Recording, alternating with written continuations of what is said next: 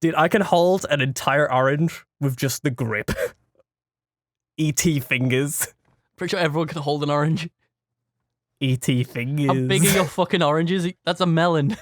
Yo, what's good? It's P. Diddy and Simon Cowell. Back at it again for another Mario Maker Let's Play. I'm Simon Cowell. With me is P. Diddy. Step on P. Diddy. Should we do that again?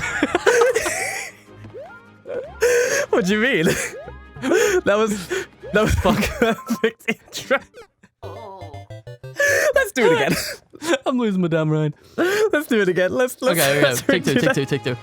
Hey everybody, it's Peter Griffin and Brian Griffin back at it again for the epic Mario Maker Let's Play. I'm Peter Griffin. Hi, I'm Brian Griffin. And we're gonna be playing Mario Maker today. Dude, why do I have to be Brian Griffin? You know my voice doesn't go that deep. Do you want to be Peter Griffin? Fuck. I don't want to be Peter Griffin. Oh no, dude, let's make Lois? this. Let's make this. I want to be Lois. Okay, go on, be Lois. Okay, all right, okay. From the top, yeah. Yeah, okay. From top. Start again. Hey everybody, it's me, Lois. And I'm Stewie. Wait, hold on a second. No, wait, you can't Damn you, vile woman. Oh, Stewie. I'm Stewie, gonna my kill little you, baby bitch. boy. Bitch, You're so you're gonna die, beautiful. bitch. I can't believe it. I've got a ray gun, and they kind of forget that he has ray guns in the later seasons. Peter, come look at your baby boy. Yeah, look at little Stewie. Yeah. Look at him, Peter. Look God, at I him. hate This is that. Can we great. run this back? Yeah, can we do that one more time? Yeah, one more time. Thumbs up. Hi, I'm Scott, and today it's just me on this episode. There's another Scott here, but he's not going to speak much. Say hi. Hi, There we go. I'm Scott. And we're back. I'm evil Scott. Yeah, I'm the Scott he has to fight at the end of the level. yeah. It's like, have you seen Scott Pilgrim vs. the World when he has to fight Nega Scott? That's it. But in the movie, they just sort of chill, and then they what does he say? Dude, if we're doing Scott Pilgrim vs. the World, can I be his gay roommate? Wallace, the best character Wallace, in the entire show. Yeah, I want to be Wallace. Wallace is my favorite. I think I deserve to be Wallace. Well, actually, to be honest with you, the only character that I could actually fully see myself being in Scott Pilgrim vs. the World, the movie, by the way, is the final Evil X. All that, yeah. No, I could see you being Young Neil as well, though. Young Neil, I guess I could give Young Neil a go. I could probably do a good Knives Chow. You'd be a good Gideon, though. Especially with your hair now. Your hair is so Gideon. Scott Pilgrim! So you're finally here. Dude, I love that movie so much, man. That's so good. We still need to and play the game. even the comics. Oh,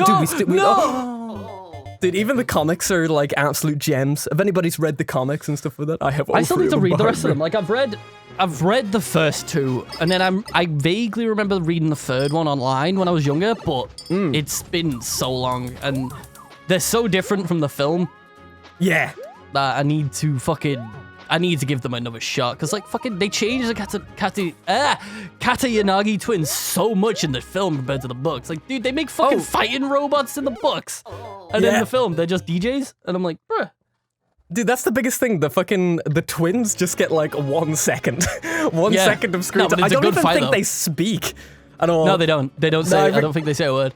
They just jamming out, dude. That's insane, dude. But then there's the other.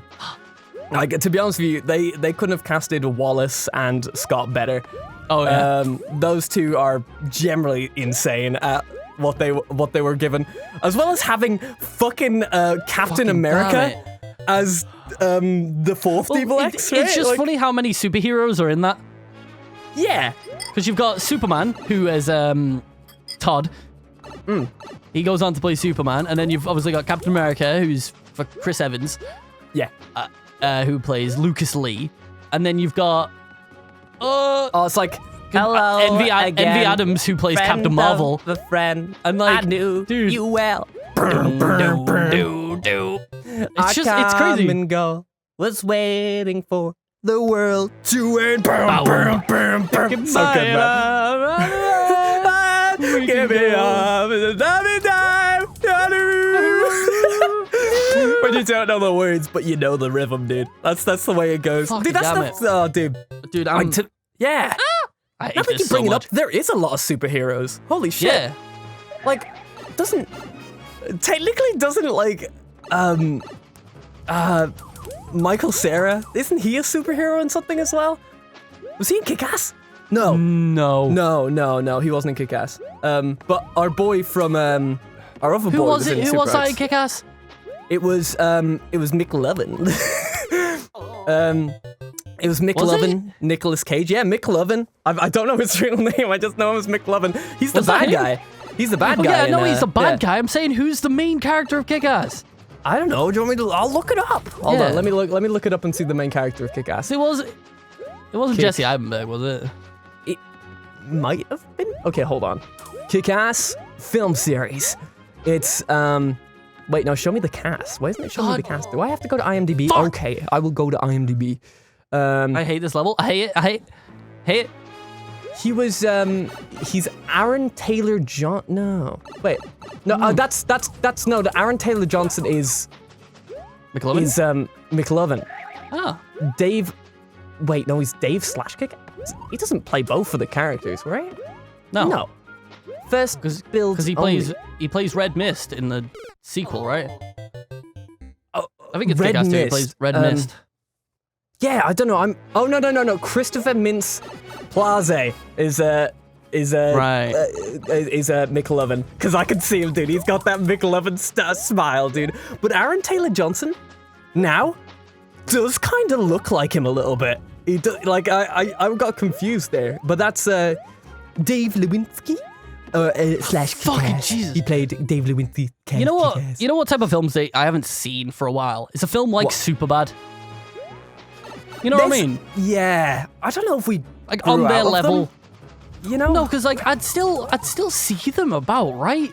At least good ones, because like everyone knows Superbad, like everyone knows McLovin, and there's been no other like teen party films like that have the same. Because like you'd kind of say like that's kind of like a modern day sort of American Pie type, you know, like it takes the Deal, position yeah. of that. You know what I mean? I've only got 3 lives left. God damn it! But it's like, I don't know, they haven't seen that pop. Be like, dude, we should make one. I could see me and you. Yeah. If we get rid of the beards, we could easily pass for like 13-year-olds. Yeah, we could easily pass for someone who's like 15, 16. That's a bit, especially with the long hair as well, dude. Fuck. We could totally be the nerds in the musical, dude. Yeah. But like, Dear Evan Hansen. well, I mean, because half the people in those like American Pies and shit were in their like mid-20s. You know, they weren't actually like 18, which they always like, hey, we're 18, but I'm like built like someone who's 30, and you're like, all right, sure you are, bud.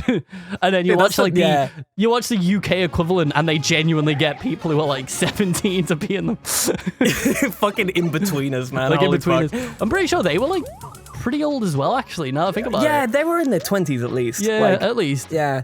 But Like maybe when they got looked the it. second Inbetweeners movie, they were like as old, older there, right? Because there was the Inbetweeners 1 where it kind of like had a good thing, and then there was the Inbetweeners movie 2. Inbetweeners movie 2. I can't remember 2. Is it bad? I can't remember it. Well, remember the it. problem with the second film is it's not based on real events. Oh. Every episode of The Inbetweeners and the first film were based off of the writers' real events. Like that's what the whole show's based around. It's like a bunch of the writers, they just wrote about their lives and like obviously turned it into a show and made it a bit more, you know, a bit more of a show and less of like actual retelling. But yeah, it was all legit. And then the last film was, they made it up. Like they go to Australia. And it didn't have the same like genuine feel to it. It felt like a film and not just like, you know, a bunch of lads going to like Ibiza or wherever it is to go. Like, oh, The Inbetweeners. If no one's watched it, because I know we've got quite a lot of American viewers and you've probably not seen or heard of The Inbetweeners, don't watch the US one. You might not even find it. You might not even find the UK one funny because it's too much based in like relatability, going to like a UK school. You know, a lot of it probably applies to you as well with Like I don't expect Irish schools to be that different, other than yours being taught by nuns. Like, but you know what I mean? Yeah, but you see, we're kind of similar to the UK, but we can understand that humor. Yeah. A really good Irish comedy, which gets the whole you're in an Irish high school, like so good. It's called Dairy Girls. Right. And I like it's like the Irish Inbetweeners. It's so fucking good. Oh my it's so magical, dude. It's so crazy how they got it right. They got the slang right. They got all that type of stuff. And it's like, yeah, so I think the American viewers would probably like Dairy Girls a lot more, but I do feel like they would enjoy the relatability of the Inbetweeners. Because even though American high schools are kind of like different and stuff, I don't think they're that necessarily to be fair, different. Human interaction doesn't change too much. Right. A lot of it is just about, pardon me, teenagers trying to get laid for the first time, trying to get alcohol, and fucking Will. I still love that scene when Will goes into the liquor shop. And he's there, and he's dressed in this fucking suit, and he's like, "Hi, I'm trying to have a grown-up party," and he just like, he leaves with a bunch of like fucking wine and shit, and a fucking like 17 tubes of Pringles and shit. Oh, it's so good. Oh, so good. Which is like a weird thing as well. I suppose the only culture shock that would really make the American viewers like a bit more strange is we drink. So when you go to Europe, you usually drink at like 16, but when you're in Ireland and England, you drink at 18. But then the Americans drink at 21, don't they? Well, That's or at least still so weird to me. The idea that you can't drink at 21 is so odd. Well, like that's the thing though. 21, you're kind of like you're pretty much like not an adult, but you're I feel like you miss out. Like, because like for us, turning 18 is such a different turn in your life. Because dude, 18 is the age you start university. It's the age you can drink. So like you go from this life of just nothing. You go to uni and then you can drink, you can go out, you can do all this, you can do all that, and it's just such a different world. It's odd. Like, I don't drink much. Like, I do. I know you do. You're an Irish boy, of course you do, it's in your blood. But, no, it's not. But for me, like, I used to drink a lot in uni, you know, because it's uni. It's what you do, you know. You go out on the weekends, you have a few shandies with the boys. But ever since leaving uni, I think I've drank like 3 times. You drink on special occasions now is the big thing. I just don't I don't enjoy just, you know, unless I'm going out. I don't like just sitting around drinking because like alcohol doesn't taste good. Well, it can taste good in certain situations if you have depending on what you get. The girly drinks or some cocktails and stuff. And listen, I'm a girly drinker. I do like myself some G&Ts and some cocktails and stuff, dude. Well, I drink tasty shit. Well, see, I'm not a fucking bartender, so if I make a drink at home, it's gonna taste like shit unless it's just a fucking gin and tonic. It's easy enough. But even then, it's effort to get a gin and tonic when I can just, you know, when I can just run and grab a can of Coke out of the fridge and it be nice and tasty, you know? Yeah, I feel you, brother. I feel you. But then you could like take that Coke and then...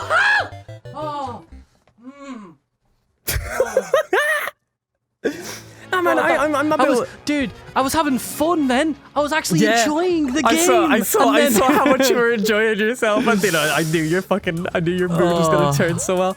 You see, I don't know, man. I'm like, you see, I work an awful lot, like an insane amount of hours, especially with this. Like this is like fun. This is like a break for me. But you know, there's still a bit of work that goes involved with it. So on the weekends when you're having a shandy, it's kind of like that break. You know, it's a reset to the week. You know, you like say you're absolutely shattered, and then you have a drink, and then you're just like, whoa, dude, I've got my energy back, and you're just like, yes, and then you know you deal with the consequences the very next day with the hangover. But like that's just how it goes sometimes. So why I don't drink as well is I still obviously live at home. I wasn't going to this year, but then coronavirus decided, hey, let me fuck up your plans. And I was like, all right, cool. I guess I'll just stay back. But like, I feel like Because, like, it doesn't feel great. Like, say me and you, I'm on with the boys. We're playing some VR chat. We're having a few drinks, chatting with the boys. Yeah. And then I constantly have to keep walking downstairs past my parents and being like, I'm just here to I'm just going to get another drink because I plan to get smashed. You know what I mean? Like, now it just seems weird. Yeah. Like, well, I get you.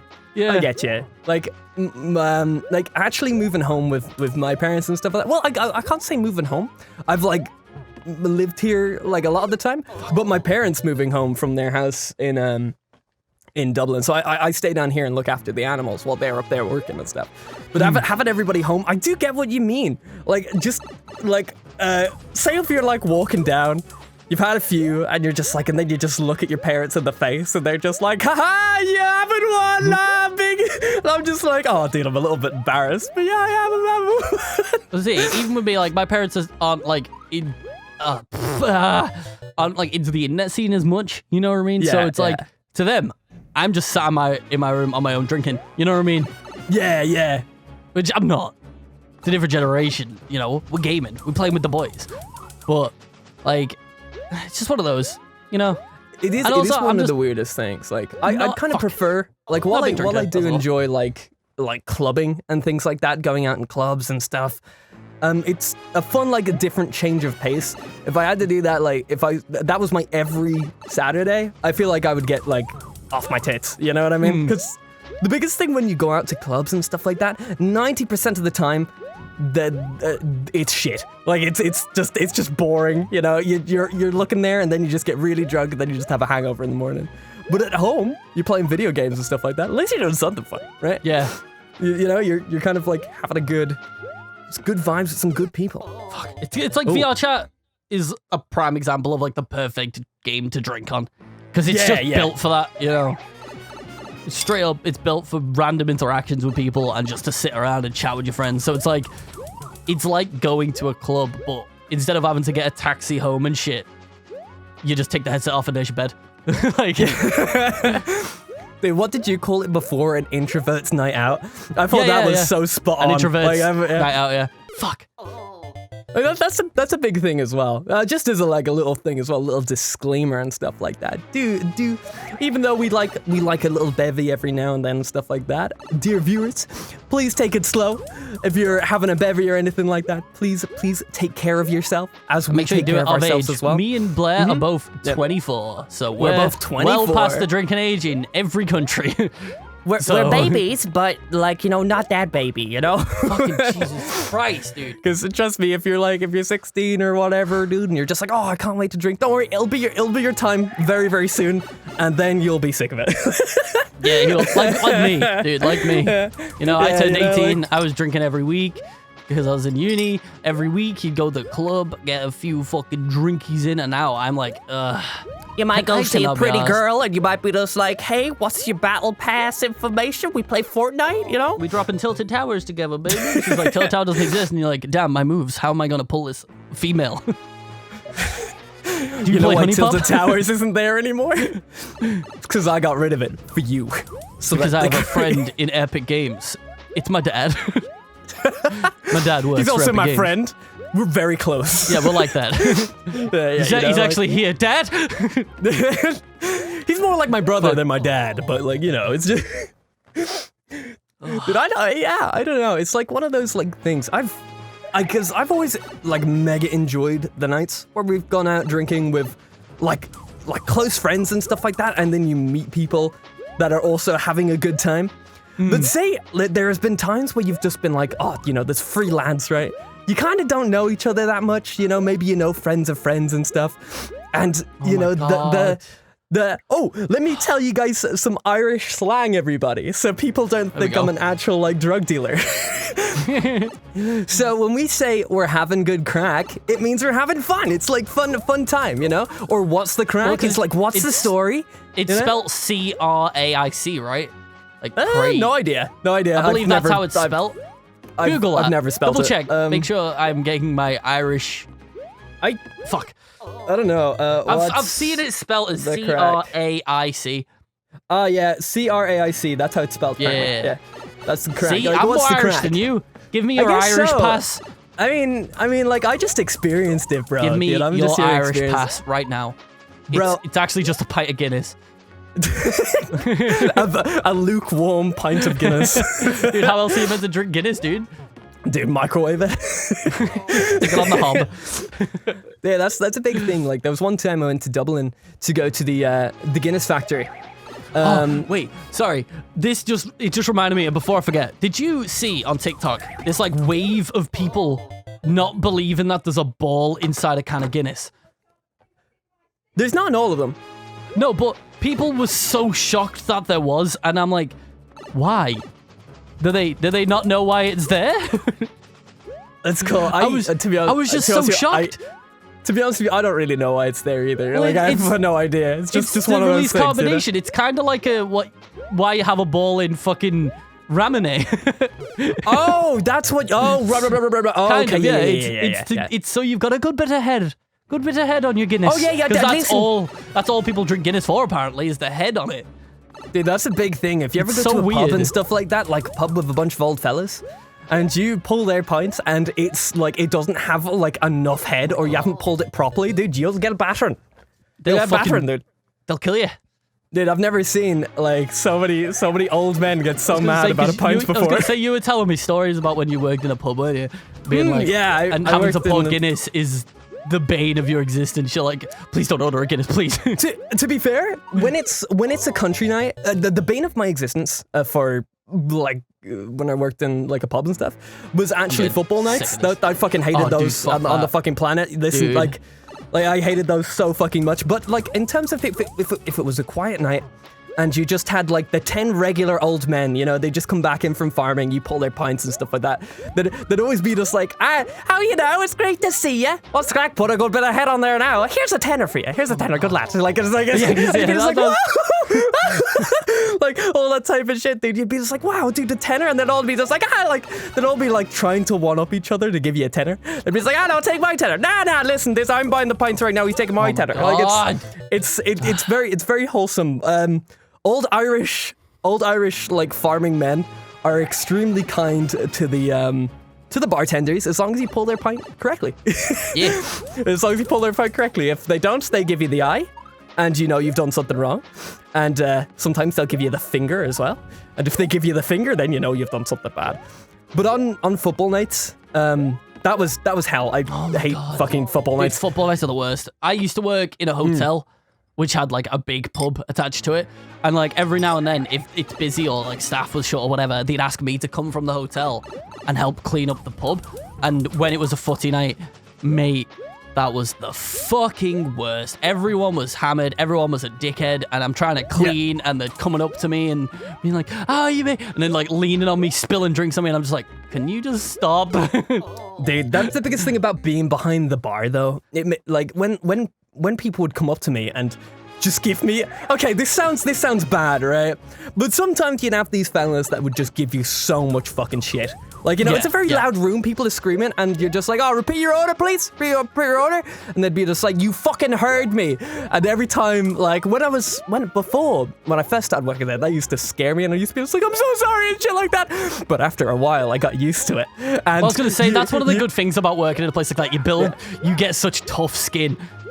Yeah, but this is where the bad shit comes into, right? I kind of got a bit of a power fantasy when I worked in pubs. So whenever anyone was just like slightly mean, I would like wave over the bouncer and they would fucking like rough them out because we were very good friends with the bouncers and stuff like that. They'd protect us, but like, so like, you know, after like a 12-hour shift, you know, sometimes somebody can just say the wrong thing to you and you're just like, I'm not dealing with this today. They're out. You know, it might not even be that bad, but it's a 12-hour shift, so they can fuck off.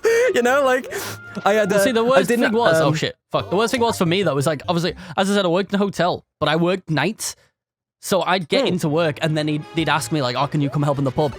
It was still morning for me. You know what I mean? And I'm surrounded by drunk people who are being assholes and they're like shouting at you and like being like, do this, and I'm there like, mate, I've been awake for 20 minutes. Can you just like give me a second? It was the fucking worst. I'm so glad I don't work there anymore. The weird thing about like football nights as well was that like the younger people tended to be a lot politer. Oh, dude, the young, it's the same with me now working in retail. Yeah, it's like, but the older crowd were like the trouble. Because you know they're there to just have a good time, but sometimes their good time is at the expense of you, and you're just like, bro, you just like literally just give me the money, and like I'll make your drink. All right, come on. Oh, and by the way, just so everybody knows, there is an urban legend. There's an urban legend that women will always get their drinks served first. It's not an urban legend. It is true. Yeah. No, it is, like I tried not to do it, but like there was some points in times where you see the reason why a lot of women get served first is usually they're there with like 4 or 5 friends, so you're getting like one big order, right? And then you can do all that type of stuff. But usually, like if a lad's there on his own, he'll get ignored for a bit. They will come to you, but you know they want to get 5 people out of the way instead of, you know, 1 person out of the way, you know? It's one of those, like, little things that I was trained to as well. It's just like, yeah, just get the girls out of the way, and then, like, you know, the fellas are patient enough, they'll wait, and I was always sitting there being just like, oh shit. But anyway, guys, that's the end of the episode. It's not really an episode. That's the end of the episode. So that's the end of the episode, baby. Dude, that was an extra long one, babies. But that was a fun conversation. We'll see you guys in the next episode, where we tell you guys more stories about our life. They're just turning into a podcast where it's the same music looped. Like 20 seconds of the same song looped while we just ramble on about garbage. I'm sorry, everybody. We're getting there. Dude, to be honest, every time it goes, it gets me so excited to say what I'm going to say, dude. Can you, like, my energy just goes But anyway, bye, everybody. Make sure to like the video, join the Discord, subscribe if you want to. All that jazz. Hit the like button, hit the bell. Yeah, brother. Burn down a building. Wait, no, don't do that. Don't do that. Bye, everybody.